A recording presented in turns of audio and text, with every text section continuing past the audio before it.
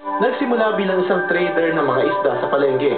Nakapagpatayo ng isang sand gravel business hanggang sa tuluyan itong mapalago. Sipag at tiyaga. Ito ang motto ni Manuel Manny Villar Jr.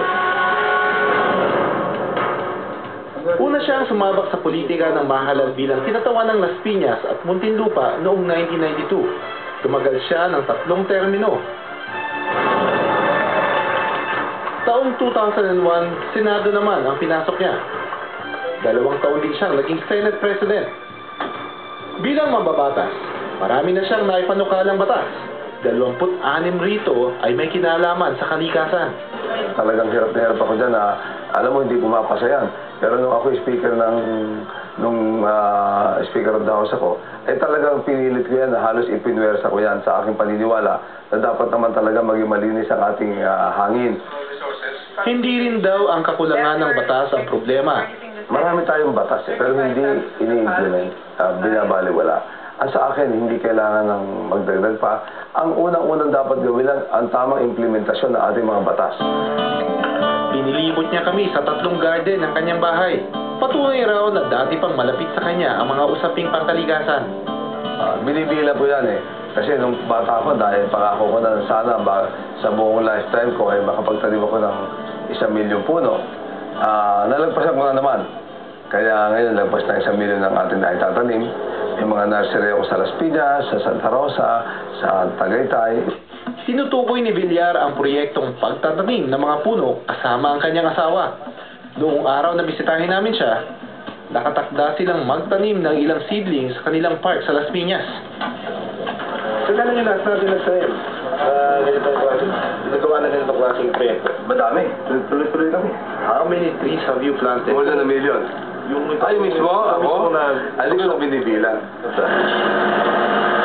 Ang paglilinis ng ilog, kasama rin daw sa kanilang mga proyekto.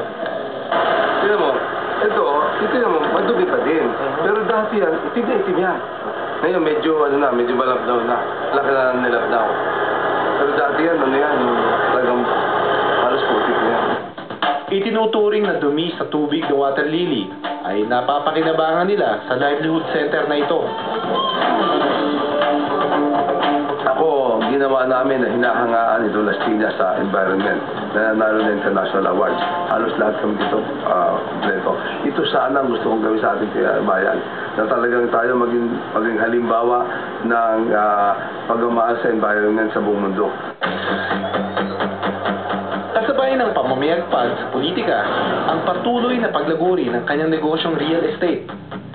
Sa katunayan, isa si Villar sa mga matagumpay na housing at real estate developer sa bansa. At itinuturing siyang isa sa mga pinakamalaking home builder sa Asia.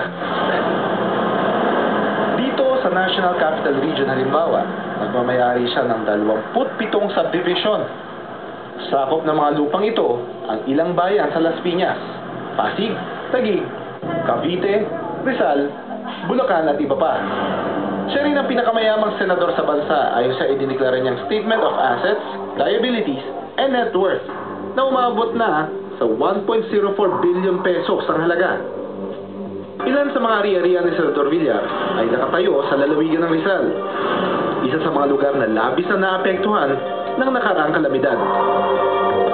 Doon sa Mandela, similarity kami, wala kami yung dahil maganda drainage namin, yung biglang taas, sandali, baba kagad.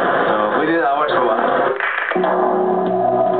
Matapos ang Ondoy, naging sentro ng usapin ng urban planning at ang sinasabing overdevelopment ng Metro Manila. Ayon sa isang environmental planner, ang labis na pagsesemento ng mga syudad ay isa sa naging sanhi ng pagbaha. I think real estate development is really one of those trickiest industries. The way we're doing it in the Philippines is very, very environmentally unsound. Marami tayong subdivision developments na nasa palayan. Bago siya naging palayan, sila ay wetland. So, kung wetland sila, ibig sabihin, meron silang role sa ating ecosystem, which is basically to absorb water. Kung susuriin, isa rin daw sanhi ng deforestation ang malawakang pagdevelop ng mga lungsod. Pati kasi mga bundok, pinatatayuan na ng mga subdivision. para yun mangyari, minsan talaga kailangan nilang tapyasin yung bundok. Kasi kailangan nilang gawing flat eh. So, parang nilalabag na nila kaagad kung ano yung